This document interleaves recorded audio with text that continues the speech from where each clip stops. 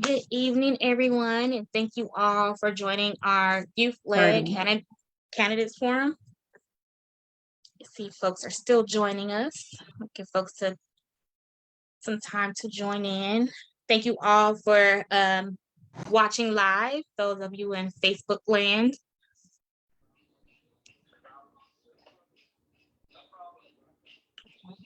We ask that if you are not facilitating or moderating, that you would keep your audio on mute so that we can eliminate any background noise. I do have some ground rules that we'll go over in just a moment, but I still want to allow folks the time to.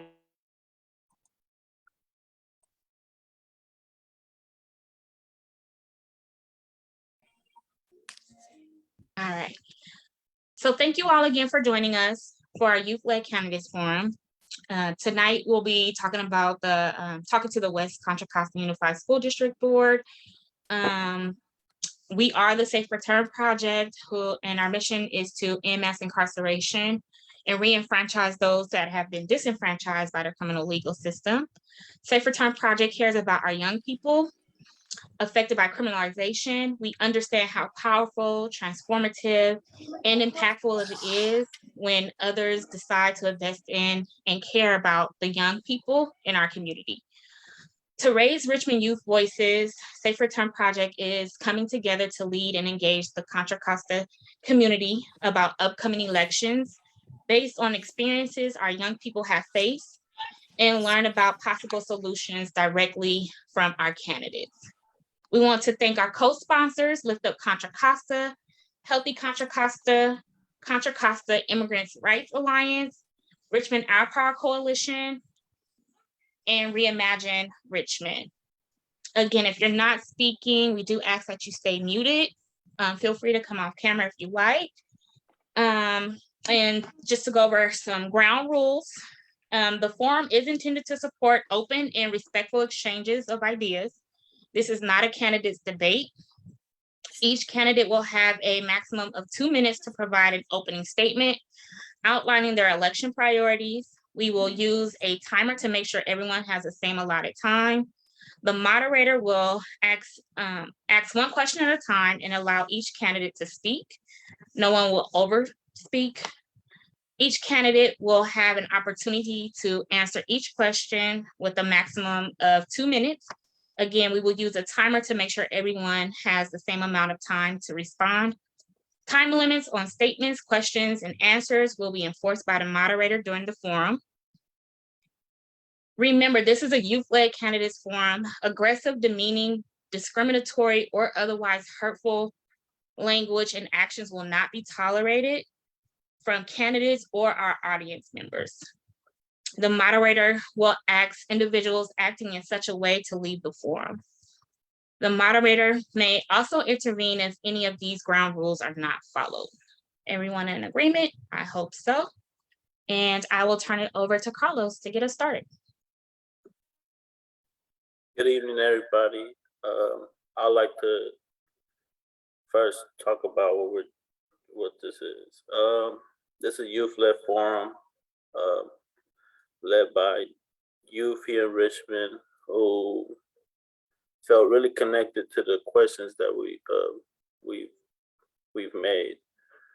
The youth we're working with took initiative to lead this forum and attach, their personal, how they personally feel in the community, what things they feel should be of great concern to the community, and things we should bring up in this forum. The youth we have today is Chala and Cedric, who I'm very proud of.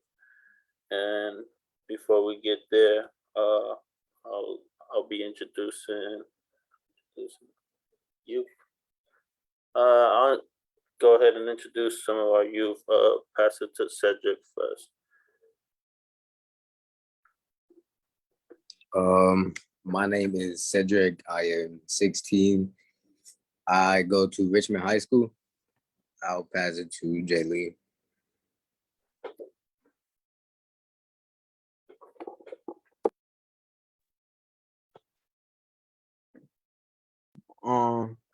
My My name is Jalen, and I graduated and I'm 17.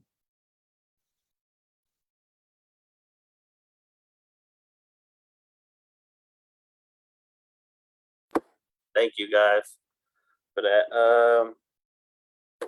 I want to start off with reading some of the bios of our candidates. The first one is from Demetrio. Demetrio moved to the United States at 14 years old from Mexico with his parents. At the time, his school and district were not equipped to support an English language learner, but teachers at his school helped him succeed. He shares that he truly owes his success to his teachers and loved ones. This led him to becoming a bilingual teacher in West Contra Costa Unified School District in 2013.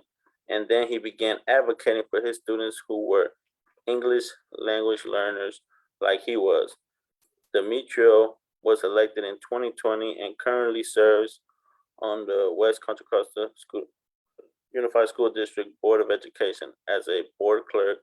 He has prioritized ensuring that the community is represented and that their voice is heard. During the day, Demetrio is a union rep with the California Teacher Association. Demetrio lives in Richmond with his wife, Alyssa, who is a teacher in the school district. They are expecting their first child in October, and they have 2 dogs, Clover and Percy. Demetrio will not be in attendance due to family leave. Next, I'll read out a bio of Leslie Recker. Leslie Recker is a school district trustee. She is a mom with children and enrolled in and graduated from our local public schools. Since 2006, she has volunteered intensively in the school districts, serving on numerous committees focused on raising money both to improve school facilities and increase money available for in-classroom spending. She also worked on grant teams to improve teaching and learning practices. She was a committee member, writer, and editor of the Resolution 49-1718, establishment of a positive school climate policy, a fundamental document which put the school district on a modern track to eliminate disproportionality of office referrals, suspensions, and expulsions, and implement restorative practices and school-wide positive behavior plans, trauma-informed practices, school climate teams, and behavior de-escalation supports. She deeply regrets not being able to attend tonight. She is out of town, but thanks you all for your tireless work on behalf of the community's children. And the last bio we have is for Patricio Dujan. Patricio Dujan is running for the West Contra Costa School Unified School District School Board because he believes that all students deserve a high quality education. Patricio comes from a family of educators that immigrated to the U.S. when he was 7 years old. Speaking only Spanish, Patricio and his siblings went on to attend college and graduate school. Thanks to the support at home and by amazing public school teachers, he has devoted his career to education to ensure future generations have the same opportunities. Patricio began his professional career as a public school teacher in an urban school.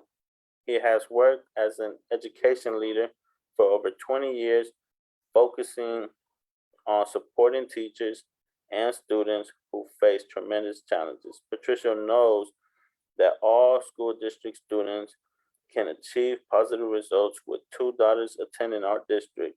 Patricia knows how important a world-class education is to families, the community, the state, and the nation. Patricia will fight for all school district students every day. Mr. Dujan, please make your opening statement. You have 2 minutes. All right, well, good evening, everyone. This is such a great forum. I want to thank the Safe Return Project, Healthy Richmond, student leaders, and everyone that is on here tonight. I think it's critical that we have better communication with youth and with students that are attending our schools. Buenas noches, me llamo Patricio Dujan y soy candidato para el comité ejecutivo porque creo que podemos hacer mucho mejor. And that is, good evening. My name is Patricio Dujan, and I'm running for school board in trustee area 5 because I believe we can do much better. Unfortunately, that's not the case today. Too many students, especially African-American and Latino students, are not succeeding. And I know our district should be one where families are choosing to stay into schools rather than go somewhere else and consider other options. So as you heard from my bio, I'm going to bring important perspectives and experiences to the board with a focus on what matters most. I call this my North Star: students, families, and what happens in the classroom. I have 2 daughters at local schools. One is in 5th grade and one is a sophomore in high school. También soy un inmigrante y un estadounidense por elección. I'm also a Latino immigrant and an American by choice. I came here when I was 7, only speaking Spanish. My family left Argentina due to the military dictatorship, and thanks in large part to great public school teachers and speech therapists, I was able to learn English, have success in school, go to Cal, and then go to graduate school at UC San Diego. I dedicated my career to education. As you heard, I taught middle school and elementary school in an urban district in Newark, New Jersey, high poverty, and many of the students and families face the same trauma that too many of our West County students face. So I understand what students, families, and teachers face every day, and I will fight for primarily students and families and teachers every day while on the board. I'm looking at my timer. I'm up. I'll say more about myself in other responses. Thanks for having me. Thank you for being here in attendance with us. Now I'll pass it to the youth to lead the question portion. You have 2 minutes for each question to respond to each question. And I will start off with Jalen. Go ahead. What does public safety look like to you? And thanks, Jalen, for the question. I mean, I want to, public safety to me, and I'm going to focus first on the schools. I want to have schools that are open and accessible, especially to family and community members, but also safe. You know, we read too many headlines, unfortunately, where there's a school shooting or an incident. My daughter at El Cerrito High we've had incidents and lockdowns. So we got to figure out to have a school safety plan at each school. But I want the schools to be open and inviting. They're the center of the community. I'll tell you what I don't think it means. I don't think it means having police officers in the school. I think the data shown and history shows that that doesn't work for students, especially for African-American students and Latino students that too many cases get profiled. So I want to have school safety plans in place for every school so that everyone feels comfortable and safe in the environment, and it's also a welcoming environment.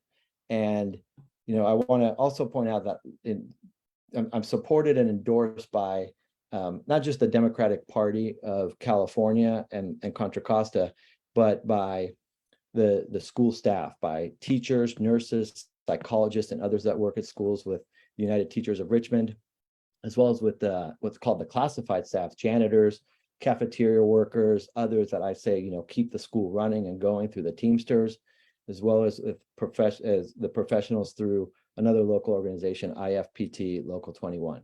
So I have the support and the backing of the teachers and the staff, as well as many local community members, trustee Demetrio Gonzalez Hoy, who couldn't be here tonight, as well as Jamila Smith-Foltz, who I see in attendance, former board president Tom Panis, former school board member Stephanie Hernandez-Jarvis, and I have all of those organizations supporting me, as well as those individuals. And I'm conscious of time, so I stop.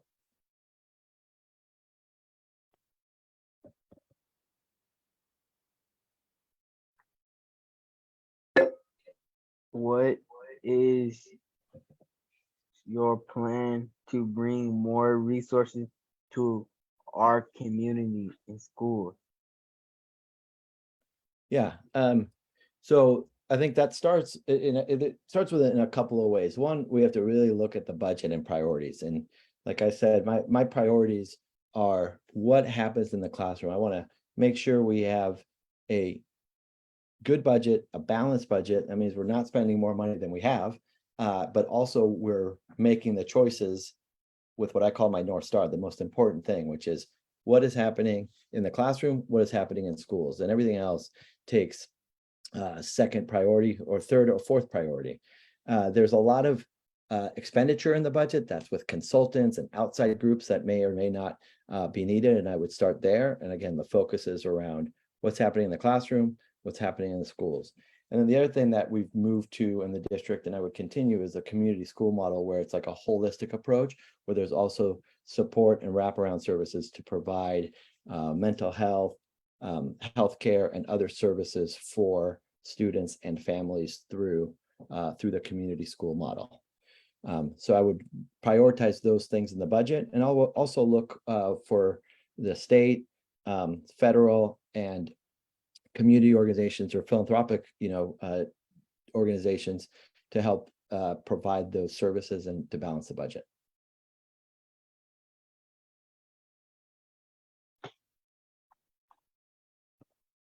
In 2020, youth and community members call for a resolution in contracts with safety resources officers. How would you continue this work in employment, more preventive measure in school? So can you repeat that the last part of that, please, Jalen?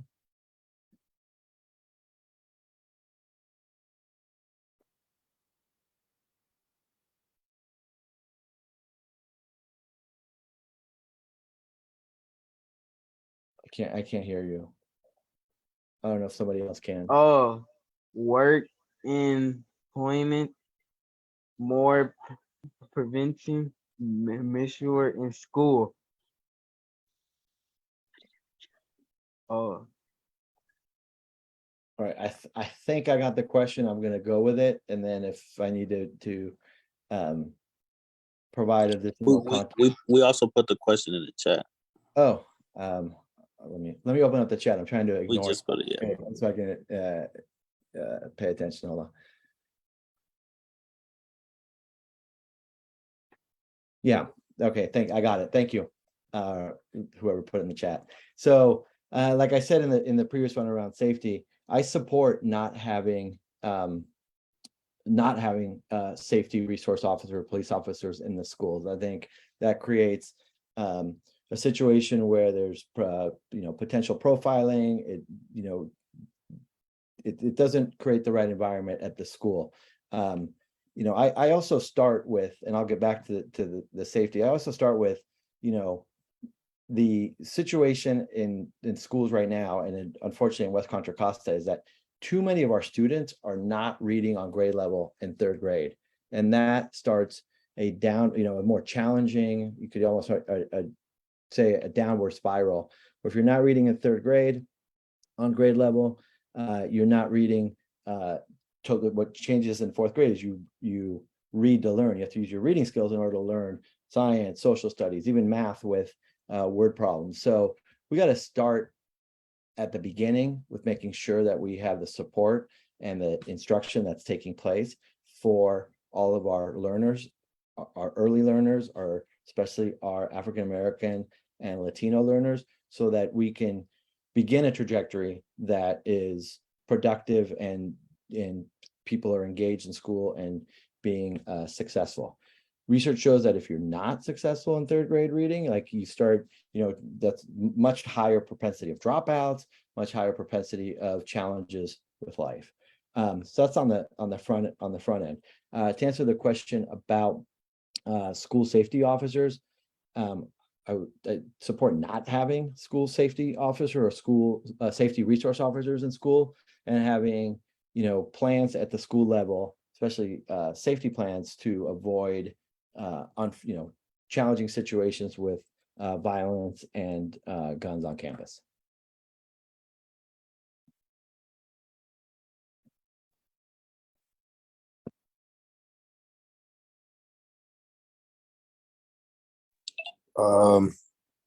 I'm the other youth in the program. Okay, I was gonna start a question. It's about housing. Housing insecurity is a huge problem affecting low income and working families. We are seeing rent and evictions increase. This makes it harder for kids to focus and succeed in school and for teachers to live in the community. As a school board member, your voice can be influential in addressing housing affordability. If elected, what would you do to help decrease the number of unhoused youth? Yeah, thanks. Thank you, Cedric, for that question. Yeah, when I talk to teachers, there's too many that are having a hard time living in our community, like you said, as well as supporting and working with students and families that are either on the verge or in and out, or in unfortunate cases are homeless. So I think there's kind of two different paths here. One is for the teachers and the adults, the employees that are part of the school district. And I know that we are in contract negotiations with teachers, and I fully support in having competitive wages, making sure that we have a living wage, and being able to, having teachers that can be able to afford to live and work in the area. We don't want to be the lowest there, because then teachers leave, and we're having problems every year with teachers leaving.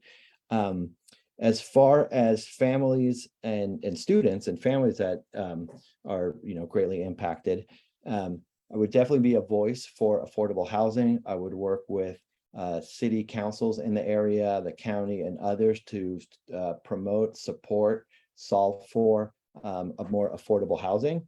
I'll be honest, there's a limit to what one can do at the school board, but I would definitely advocate strongly to have more affordable housing in the area.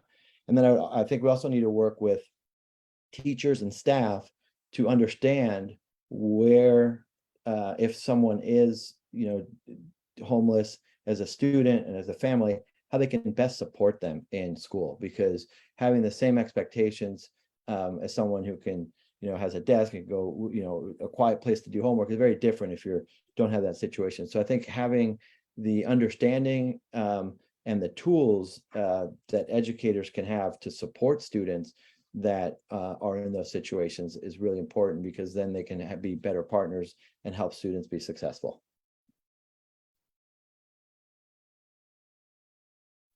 I got another question. It's about holistic healing. Safe Return Project served over 100 youth in West County. We ask questions around trauma and healing, as well as mental health services. Majority of our young people have expressed the need for mental health services and holistic healing. What is your plan to address the need for mental health services and holistic healing for young people? Yeah, I think we need to look at what we have today, what's working, and then what we need to do more of. So I know at L Street, Ohio, for example, there's a James Morehouse project, the JMP, where students could go in and there's mental health services and additional, there's even, you can get food there. And it's an area of support that, they work with individuals that come in and also reach out across the high school. So that's an area, that's a good example of something that's working, where students feel safe. They feel there's a place that they can go to. And we need to look at what's happening across all of the schools and see what else we can do. Another area is to look at counseling. I talked about in the budget, a priority is focusing on what's happening in the classroom and in schools. At too many schools, like there's not enough counselors. The ratio of number of counselors to number of students. There's too few counselors for that many students, so we need to see how we can invest in that, so we can give more support, and then also provide mental health services through something like the JMP or a school psychologist.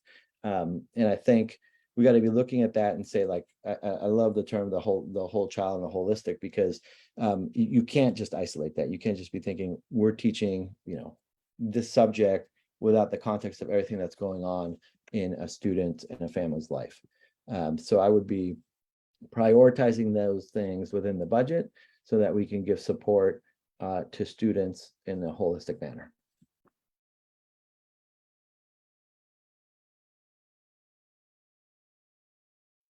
Okay, I got another question. It was about food security. Along with housing, young people also face the challenge of food security. Please describe an action that you would take or have taken to promote food security in this country or city.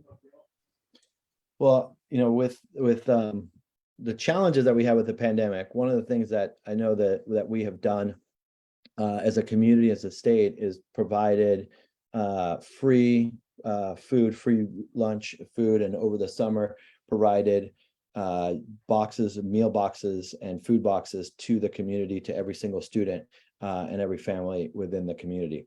I would make sure that that continues as we think about what's happening in future years. I think this has been a really helpful program to kind of take some of those challenges off the table. If you can go and we can provide food for breakfast, snack in the elementary school, as well as lunch and school and food over summer.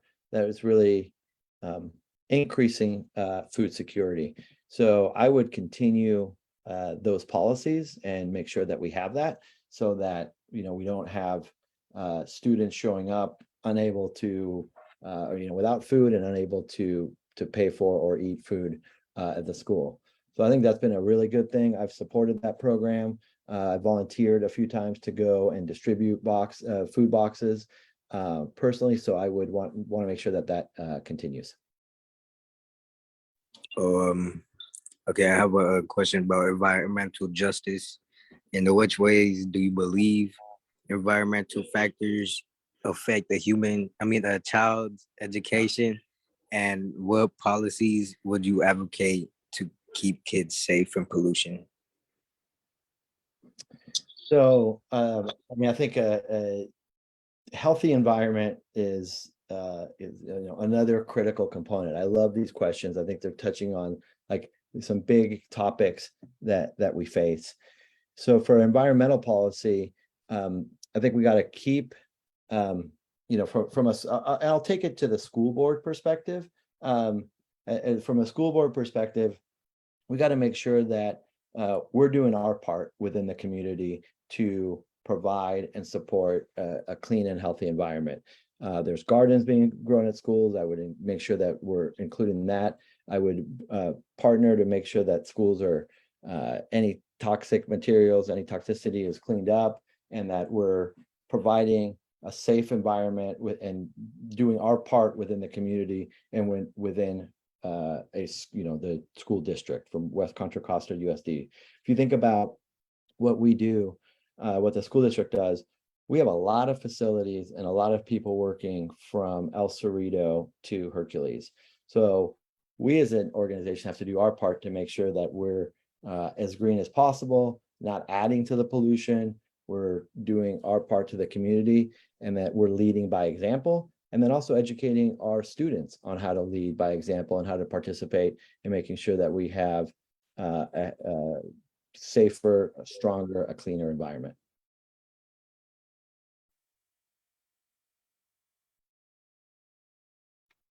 And I agree with Carlos, Cedric, and Jalen. You guys are doing great.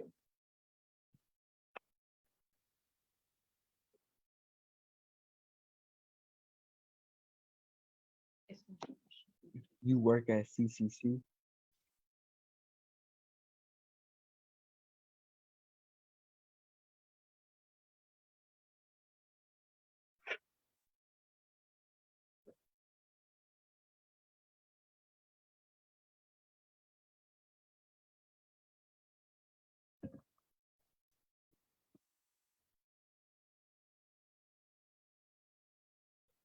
Well, I don't know if that was a question or I didn't hear one.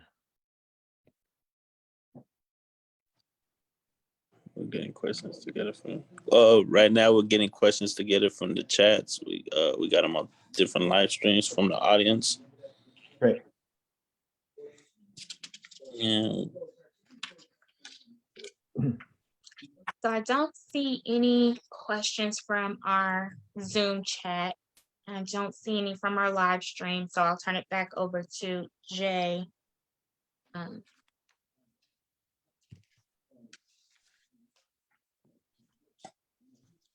you had a question? Ooh, where do you work? Oh, where do I work? Yeah. Oh, yeah, good question. I work for Scholastic, the education publishing company. The company does a lot of books, Harry Potter, from Harry Potter to Clifford the Big Red Dog. And then I work in the group that works on education materials and solutions to help teachers be better teachers and students succeed and leaders of schools be better leaders. And I've worked right now on like the West Coast. I support districts and schools from Mississippi to Wisconsin and then everywhere west. And I've worked in many other jobs in the education industry on a national level.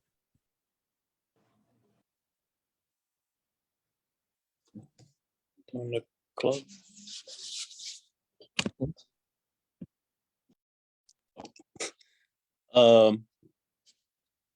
Mr. Dujan, you had 2 minutes for your closing statement. Okay. So first of all, I want to thank everyone here. I want to thank Carlos, Cedric, Jalem, the Safe Return Project, Healthy Children, Richmond Healthy Children, for hosting this tonight. I think it says, it's interesting I'm the only one here. I wanted to definitely take the time to be here and make sure that I prioritize this. So I think that having a communication and a connection to the students of the district, the students of the community is critical. And as a school board member, I pledge and promise that I would work to make sure that the student voice and the student needs are reflected in our school board meetings and our school board priorities. In order to do that, I would meet with students and families, as well as have like an open door policy. I want to say I'm lost the timer. I'm trying to find where it is, but I am supported, like I said earlier, by the staff, the teachers, the psychologists, the nurses, and others through United Teachers of Richmond. The classified staff have endorsed me. I would say I'm the choice of the people that are working in West Contra Costa. So I ask for your support. As you can see, I always forget where I'm pointing over here. I'm also supported by the Council of Elders, by Evolve California, and by many fine people that you see on the screen and many others. So I want to thank you for your time. I also want to ask for your support. I want to ask for your endorsement, as well as for your energy and support getting out there. We have an event in El Cerrito this Saturday, knocking on doors and asking people to vote. I actually had one of my daughter's friends today after school asked me if she could have some of my door hangers, and I gave them to her. She's a sophomore, and she went around and hung 150 door hangers in a couple hours. So I would say I have support from youth in the district, and I would love to have more and have you join me in getting me elected and being an advocate for students, families, and teachers in the district. And I can't see a timer, so I'm not sure where I'm at. It went off. It's okay. There was one hand that was raised right before you went into your closing statement. And I'm hoping it's okay if we go ahead and ask this question. The question is, any opinion on bilingual education or schools? I'm not sure if James wants to elaborate on that question because it's pretty vague. Yeah, thank you very much for the opportunity, Mr. Dujan. As you probably know, there are some schools in West Contra Costa County Unified District that teaching more than just English, at school. So that's my question. Any opinion on those schools about the bilingual or multilingual school? Thank you. Yeah, great question. And this one's one that's dear to my heart. My oldest daughter we transferred her into Washington Elementary in Point Richmond for the dual immersion program. My youngest started in that program, and then we were kind of sick of the commute and she stopped. But I am bilingual. I speak Spanish to my daughters. And I think that as an example is a great program. I know we have others that are Spanish and we have the Mandarin school. I think we need more bilingual education. We got to make sure that there's a good, it's called vertical articulation. And what that means is the elementary school, the junior high school, and the high school are all working together for the program to succeed. So you don't want it to have a good program in elementary school and then there's like very little at the junior high. So we need to do that to make sure it's successful. And then I think it's a good example of programs that work and are innovative and will attract families to stay in the schools. What we faced in this district is too many families have left to charter schools. And then that makes it, when people leave, we get money, the school district gets money from attendance. So if people leave the district, there's less money. And then you have to say, well, what are we going to cut? Because there's less money. We still have the same number of schools. We still have the same number of teachers. So we need to have, I would say we need to have the dual immersion programs for sure. I'm a big supporter. And we have to look at other programs within schools that we can create or replicate, copy, in order to be more attractive and have high success rate. When I was in college, I worked at Oakland Tech. They had a program called the Oakland Health and Bioscience Academy. It's a program within Oakland Tech for students that want to go and explore healthcare. And I set up internship programs for students in the summer with local doctors and other healthcare opportunities. And it's a successful program that, makes it attractive for people to choose to go to school and to stay in the district in school rather than go elsewhere. So I support the dual immersion program. I think we need to keep improving it. And I think we need to look at other programs in other areas in order to have more choices for students. Thank you so much for that. I think that's it for tonight. We would like to thank all the candidates for their participation tonight. For those who couldn't attend, but also submitted their bios, we want to thank them for that. We want to thank you all for your willingness to run for this important office, and we wish you good luck on the race. We would like to thank our youth, Cedric, Jalen, and Carlos. Carlos is a part of our young people. And we would also like to thank our co-sponsors, Contra Costa Immigration Rights Alliance, Richmond Our Coalition, Reimagine Richmond, who's also helping with the Zoom chat. And again, we want to thank our young people for stepping up and making this happen. We thank our audience for coming, and we want to remind everyone that is registered to vote or who's eligible to vote. If you're not registered, go get registered, and remember to vote on November 8th. And vote for this guy. Thank you all for your time. Everyone have a great night. Oh, and if you would like to join our other series, because there's 3 other forums that our youth is putting on, I think someone's going to put the link in the chat. Feel free to register for that. And yeah, thank you all. Thank you. And 10-4.